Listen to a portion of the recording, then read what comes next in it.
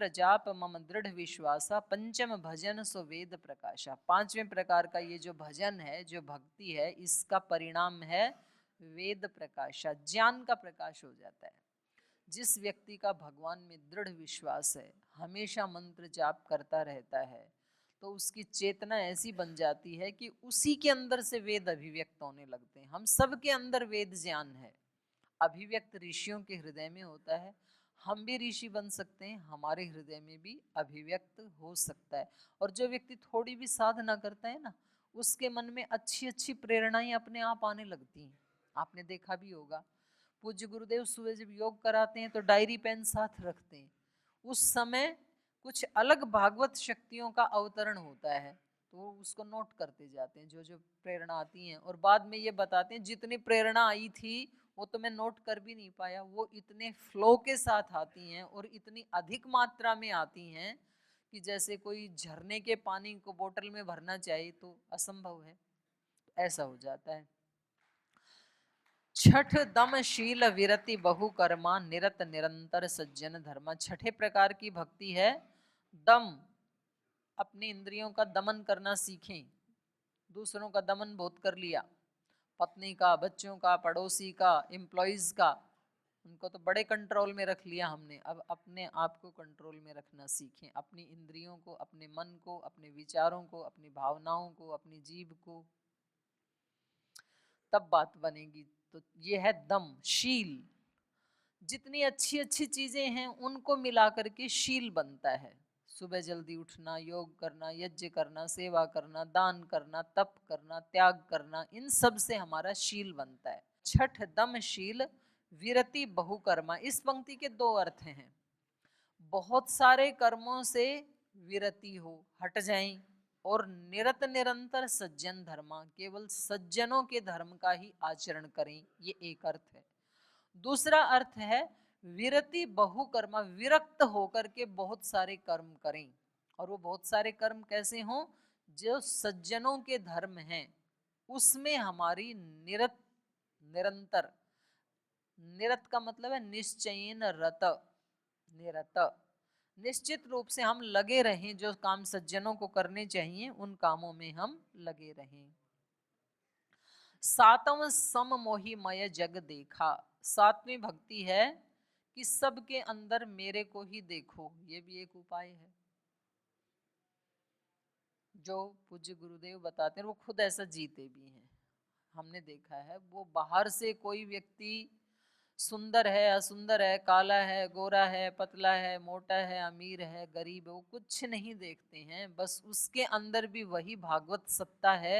ऐसा देख करके यहाँ ऐसे ऐसे रोगी आते हैं, और स्वामी जी महाराज को कितने लोगों ने कहा, महाराज जी आप इतने नजदीक से मत मिला करो, कोई भी महापुरुष इतने नजदीक से नहीं मिलता है, पता नहीं कब कौन क्या कर देगा। लेकिन महाराज जी को जब कोई ऐसा रोगी दिखता है, तुरंत उसको गले से लगा लेते हैं। तो फिर जो हितैषी लोग हैं उन्होंने भी कहना छोड़ दिया, बोले भाई ये अपने ढंग से रहेंगे और भगवान इनका रक्षक है, इनको कुछ नहीं होने वाला है। तो उनमें भगवान का ही रूप देखते हैं महाराज जी। और कभी कहीं चले जाएं और उनको आने के बाद हम कहें कि गुरु जी एक गिलास पानी तो पी लो, उसके बाद मिल लेना। बोल नहीं, मैंने 12 बजे उनको मिलने का टाइम दिया था, 12 बज गए, अब मेरे को जाना पड़ेगा, पानी बाद में पी लूंगा। क्यों? महाराज जी कहते हैं ये मेरे आराध्य देव हैं, ये रोगी नहीं है, ये मेरे आराध्य देव हैं, इनकी पूजा करके मैं भगवान की पूजा कर रहा हूं। तो ये सातवीं भक्ति है। सातव सम मोहि मय जग देखा, मोते संत अधिक करी लेखा। भगवान श्री राम कह रहे हैं कि जब कोई संत मिले तो उसको भगवान से भी ऊपर समझना, क्योंकि संत की कृपा से ही भगवान मिलते हैं, उसके जीवन से ही व्यक्ति की चित्त वृत्ति चेंज होती है। देखो भाई, भाषण से कभी कोई परिवर्तन आता नहीं है। जो खुद जीता है ना कोई गुरु, उसके जीवन से परिवर्तन आता है लोगों के जीवन में। योग का भाषण कोई भी दे सकता है, लेकिन योग यदि करोड़ों लोगों के जीवन में आया तो वो इसलिए आया क्योंकि परम पूज्य गुरुदेव प्रतिपल खुद अपने जीवन में योग को जीते हैं, उससे परिवर्तन आता है। तो ऐसे संत जो हैं भगवान कहते हैं मेरे से भी ज्यादा उनको गौरव देना। मोते संत अधिक करी लेखा, ये भी एक भक्ति है 7वें प्रकार की। 8वां जथा लाभ संतोषा, 8वें प्रकार की भक्ति है जो मिला उसमें संतोष रखना। व्यक्ति की समस्या यही है कि जितना मिल गया वो कम पड़ जाता है। 1000 मिले तो 2000 की इच्छा, जिसको 2000 मिले तो 10,000 की, 10,000 मिले तो 10 लाख की, मतलब उसको कम लगता है।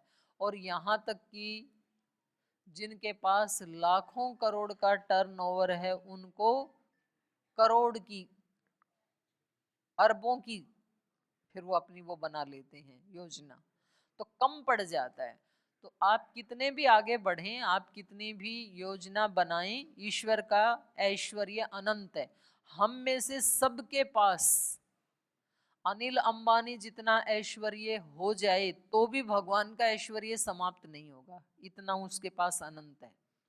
हम में से प्रत्येक व्यक्ति महर्षि पतंजलि जैसे ऋषि बन जाएं तो भी उसकी आध्यात्मिकता, उसका ज्ञान खत्म नहीं होगा। कितना भी ले लो, अनंत है उसके पास। लेकिन और उसकी कामना भी करो आगे ऊपर उठने की। उद्यानम ते पुरुष है नावयानम, ऊपर उठने के लिए बनाया मनुष्य को। लेकिन आज तक जितना मिला है उसमें संतोष होना चाहिए, उसमें शिकायत नहीं होनी चाहिए, क्योंकि जो मिला है मेरी औकात से कुछ ज्यादा ही मिला है।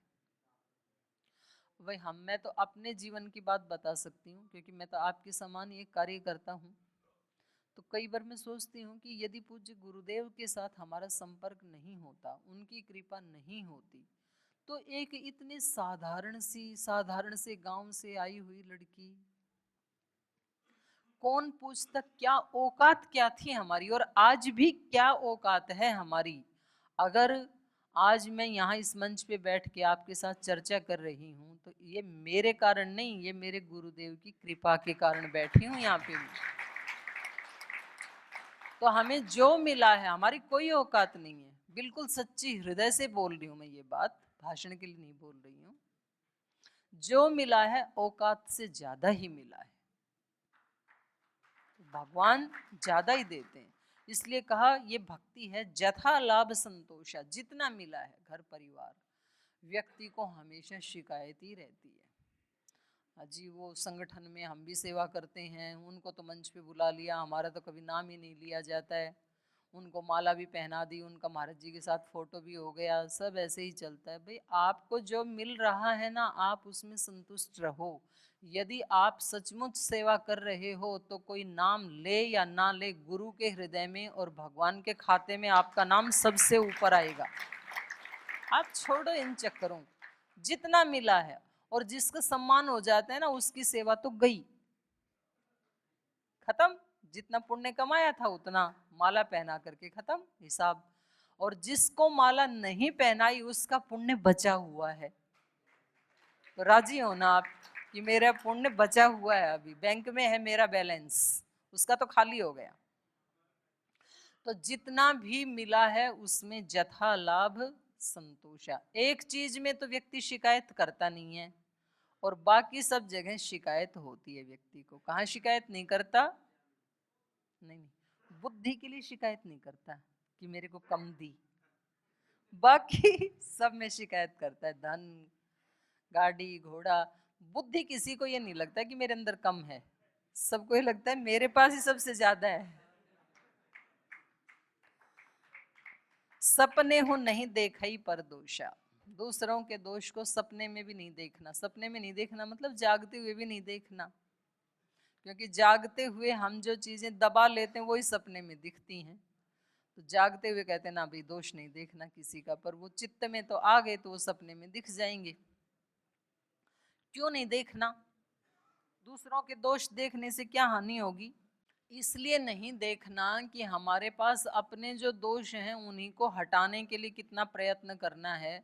दूसरे के दोष देखेंगे तो और चित्त गंदा हो जाएगा, तो कभी ना कभी तो हटाना ही पड़ेगा ना उसको। तो ऐसा काम क्यों करें? दूसरा व्यक्ति यदि सुन ले तो वो नाराज हो जाए, तो दूसरे की प्रशंसा करने से तो हैं फायदे। अगर दूसरा व्यक्ति सुन ले कि भैया मेरी प्रशंसा कर रहा था तो उसकी प्रीति मिलेगी। और वो ना सुने मान लो, खुद कर रहे हैं तो अपना चित्त प्रसन्न होता है। तो इसलिए जो जैसा करेगा वो वैसा भरेगा, हम क्यों दुखी हो। तो इसलिए किसी के दोष नहीं देखना, गुण दिखे तो जरूर ले लेना, लेकिन दोष दिखे तो पीठ फेर लेना। ये भगवान का आदेश है, श्री राम का आदेश है। तो यही भक्ति है।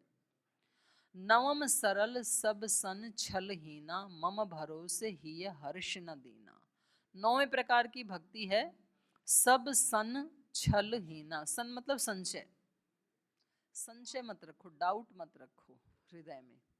आ तो गए यहाँ गुरु जी के यहाँ, हमने तो आज तक कोई और गुरु बनाया भी नहीं। अब ये लोग अपने प्रवचन में कहते हैं कि गुरु की आज्ञा में रहो, तो चलो योग सिखा रहे हैं वहाँ तक तो ठीक है। तो गुरु माने कि ना माने, मानने से क्या लाभ होता है, गुरु ना माने तो क्या हानि हो जाएगी, कितने सारे डाउट। फिर किसी ने कहा मान ही लो, अब आ ही गए हो तो चलो मान लिया, उद्धार होगा कि नहीं होगा, मेरे किए हुए कर्म का फल तो मुझे ही मिलेगा, गुरु कौन से कर्म काट देंगे। कितने सारे डाउट्स आते हैं। डाउट्स आना चाहिए, तर्क तो होना चाहिए, लेकिन एक बार आप जब ये डाउट करोगे ना तो आपके अंदर से ही आपकी आत्मा प्रेरणा भी देगी कि भाई इस रास्ते में जिसने अपने मन को, इंद्रियों को, अपने आत्मा को परिशुद्ध किया है और वो निरंतर लोक के कल्याण में, परमार्थ करने में लगा हुआ है, उस व्यक्ति के सानिध्य में रहने से हम भी उसके जैसे ही बन जाएंगे, वो हमें आगे ही खींच के लेकर के जाएगा। तो हानि कोई भी नहीं, आपकी आत्मा प्रेरणा देगी। और फिर जब एक बार ये निश्चय हो गया कि भाई ये व्यक्ति मेरे आदर्श हैं, इस व्यक्ति को मैं गुरु के रूप में स्वीकार करता हूं, तो फिर उसके बाद डाउट नहीं आना चाहिए, फिर संशय नहीं आना चाहिए एक बार भी। परिवर्तन तब ही होगा जब एक क्षण के लिए भी संशय ना आए। माताएं बहनें घर में दूध से दही बनाती हैं, तो इतना तो दूध है, 5 किलो 10 किलो, जो वो दही जमाने का जो है ना, बिलोना बोलते हैं उत्तर भारत में उसको, और जो जामुन है वो इतना सा है, आधी चम्मच। तो ये कभी उनके मन में डाउट आता है कि इतने से जामुन से ये इतना, और चाहे क्विंटल भी दूध क्यों ना हो, 5-10 किलो क्या, 1 क्विंटल में भी डालें तो ये डाउट मन में नहीं आता है कि इतने से जामुन से दही बन जाएगा क्या, ये इतना सा जामुन इस दूध को रूपांतरित कर देगा क्या, पूर्ण रूपांतरण हो जाएगा क्या, कोई डाउट नहीं आता है, पक्का भरोसा है। और फिर वो जामुन लगा करके बार बार उसको ऐसे कड़छी से हिला के नहीं देखते हैं। 1 घंटा हो गया, अभी दही तो बना नहीं, परिवर्तन तो हुआ नहीं, अभी तो दूध ही है। फिर 1.5 घंटे के बाद फिर हिला के देखो, ये तो अभी दूध ही है, दही तो बना नहीं, तो फिर तो दही बनेगा भी नहीं, आपने बार बार हिलाया तो। यदि एक बार जामुन डाला तो 4-6 घंटे के लिए ढक के रख दो शांति से, और 6 घंटे के बाद जब आप ढक्कन हटा के देखोगे तो दही बना हुआ मिलेगा। ये रूपांतरण की, परिवर्तन की एक प्रक्रिया है। हमारे जीवन में हम छोटी छोटी चीज में, हमने गुरु भी बनाया, हमने गुरु के रूप में याद भी किया, मेरे जीवन में संकट क्यों आया, तो इसका मतलब परिवर्तन हुआ ही नहीं।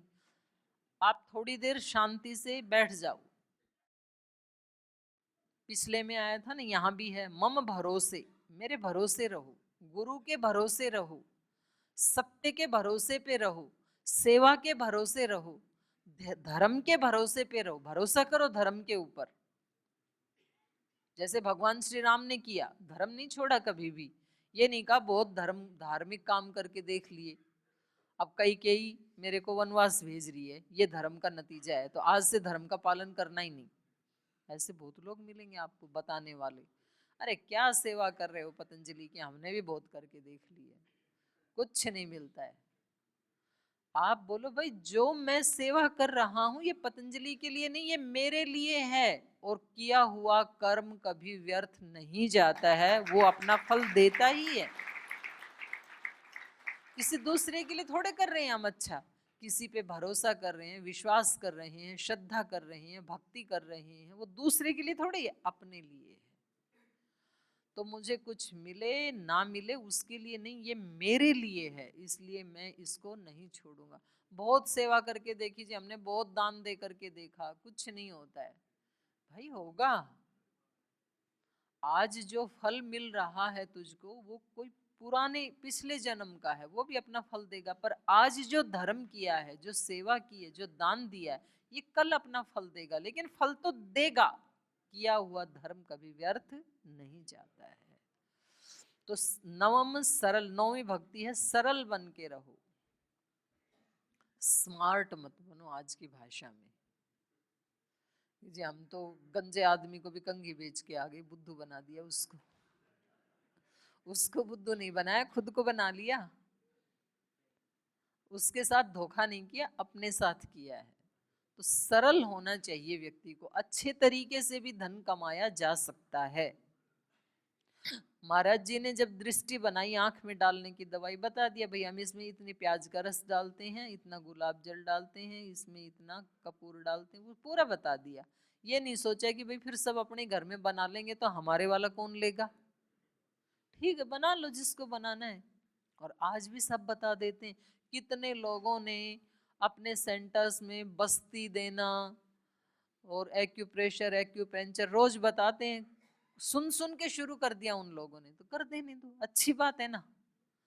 तो कोई ऐसे सीक्रेट रखी जिन लोगों ने, उसी के कारण धर्म की हानि हुई। तो व्यक्ति को सरल होना चाहिए, जैसा मन में है वैसा ही बाहर आचरण होना चाहिए। व्यक्ति का ये बाहर कुछ और आचरण करता है, मन में कुछ और होता है, वाणी में कुछ और होता है, भावना में कुछ और ही होता है। आपको पता है पहले जो घर में सास बहू आदि, पहले तो ज्वाइंट फैमिली होती थी, तो एक ही घर में 8-10 महिलाएं इकट्ठी हो जाती थी, 3-4 देवरानी जेठानी, फिर सास, फिर ससुर, फिर ननद, फिर कभी बुआ, कोई मौसी, कोई ना कोई आ रही हैं। तो भाई इतने लोग साथ रहेंगे तो कहीं ना कहीं किसी से कोई मनमुटाव हो ही जाएगा। और कभी कभी तो हमने काशिका में व्याकरण पढ़ते समय देखा कि उसमें उदाहरण आता है केशा केशी, केश पकड़ के झगड़ा करना। तो केश पकड़ के झगड़ा भी कर लेते थे, फिर 2 घंटे के बाद उसी के केश की चोटी भी करते थे, जो भी देख देते थे, ढेरा भी देख लेते थे, खुश भी हो जाते थे, सरल थे। अभी आपको पता है वाणी से भी गलती नहीं करती है, ना सास कुछ बोलती है ना बहू कुछ बोलती है, लेकिन हृदय में अंदर शीत युद्ध चलता रहता है, प्रीति की बूंद भी नहीं होती है। बोलते नहीं है लेकिन अप्रीति की पराकाष्ठा होती है, पसंद ही नहीं करते एक दूसरे को। उसी के कारण स्ट्रेस आता है और उसी के कारण सारी बीमारियां आती हैं, उसी के कारण रिश्ते भी टूट जाते हैं। तो क्योंकि हम सरल नहीं हैं, दिल में भाव नहीं है प्रणाम करने का, उनकी बात सुनने का, उनकी सेवा करने का। पर कोई आया तो पैर छू लिए हमने, पर मन में बिल्कुल पैर तो कहाँ, नाखून भी नहीं छूना चाहते हैं। तो सरलता भक्ति का या आध्यात्मिकता का पहला आधार बताया। आपके मन में कुछ बात है किसी के प्रति तो आप उसको कह दो। ये भी हो सकता है कि आप कुछ गलत सोच रहे थे तो व्यक्ति बता देगा कि नहीं ऐसा नहीं ऐसा है। और ये भी हो सकता है उसमें कोई त्रुटि थी तो वो आपकी बात को मान के ठीक भी कर लेगा। तो सरल होना चाहिए और सब सन छल हीना, छल कपट से संशय से हीन होना चाहिए व्यक्ति को।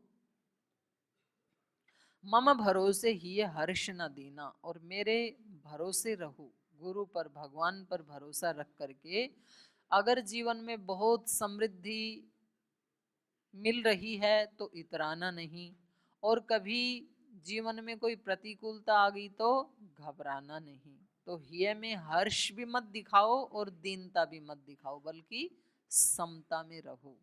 दिया है तो भी भगवान का दिया हुआ है, लिया है तो भी उसने अपना लिया है, तो हमारा उसमें कुछ भी है नहीं। तो ये 9 प्रकार की भक्ति श्री राम ने माता शबरी को प्रदान की। और आज श्री राम की कृपा से, माता शबरी की कृपा से, पूज्य गुरुदेव की कृपा से हम सब ने बैठ के यहाँ चर्चा की इस 9 प्रकार की भक्ति की। ऐसी ही 9 प्रकार की भक्ति भागवत पुराण में भी कही है। श्रवणम कीर्तनम विष्णु स्मरणम पाद सेवनम अर्चनम वंदनम दास्यम साख्यम आत्मनिवेदनम। ये दूसरे ढंग से नवधा भक्ति है। श्रवण, श्रवण करना भी एक भक्ति है, सुनना। पर सुने तो कैसे सुने, परीक्षित की तरह से। श्रवण के आदर्श हैं परीक्षित। 6 दिन में ऐसी कथा सुनी कि 7वें दिन बोला मौत कल आ रही थी तो आज ही आ जाए, तैयार हूं बिल्कुल, माने ज्ञान चक्षु खुल गए, ऐसा श्रवण किया उन्होंने। कीर्तनम, कीर्तन करना सुखदेव जी से सीखें, गर्भावस्था से ही कीर्तन करते हुए ही माँ के गर्भ से पैदा हुए, तो एक क्षण भी वो छूटे नहीं ऐसा कीर्तन। स्मरणम, प्रहलाद भक्त से सीखें, वो उसके आदर्श हैं। असुर कुल में पैदा तो हो गए, लेकिन हमेशा नित्य निरंतर उनके मन में भगवत नाम का ही स्मरण चलता था। पाद सेवनम, पैरों की सेवा करना, ये लक्ष्मी माता से सीखें। लक्ष्मी को तो सारी दुनिया चाहती है, लक्ष्मी के ही सब उपासक हैं, लेकिन इतना ऐश्वर्य होने के बाद भी वो लक्ष्मी माता भी भगवान विष्णु के चरणों की सेवा करना चाहती हैं। तो कितना भी ऐश्वर्य हमारे पास आ जाए, लेकिन फिर भी हम भगवान के चरणों में झुके रहें, गुरु के चरणों में झुके रहें, ये चौथे प्रकार की भक्ति है। अर्चनम पृथु राजा, अर्चन करना पृथु राजा से सीखें। ये बहुत बड़े राजा हुए हैं, उन्होंने पृथ्वी पे, पूरी पृथ्वी पे अपने साम्राज्य का विस्तार किया, तो उनके नाम से ही एक नाम इसका वसुंधरा का पृथ्वी भी बन गया था। वंदनम अक्रूर, इसके उदाहरण है अक्रूर जी, हमेशा भगवान कृष्ण की वंदना करते रहते हैं वो, विद्वान होते हुए भी।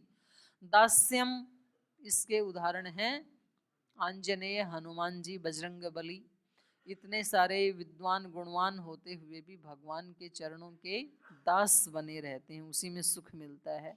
साख्यम, इसके उदाहरण है अर्जुन, एक मित्रता का भाव भगवान के साथ। आत्मनिवेदनम, बलि राजा, अपने आप को भी अर्पित कर देना, अपने पास जो कुछ है उसको तो अर्पित करना ही, पर लास्ट में अपने आप को भी भगवान के चरणों में अर्पित कर देना, ये बलि राजा से सीखें हम।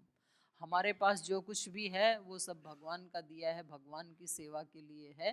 तो बलि राजा ने जब भगवान विष्णु को जो भिक्षा दी थी, तो 2 कदम में तो पृथ्वी और आकाश नाप लिया, बोले तीसरा कहाँ रखूं?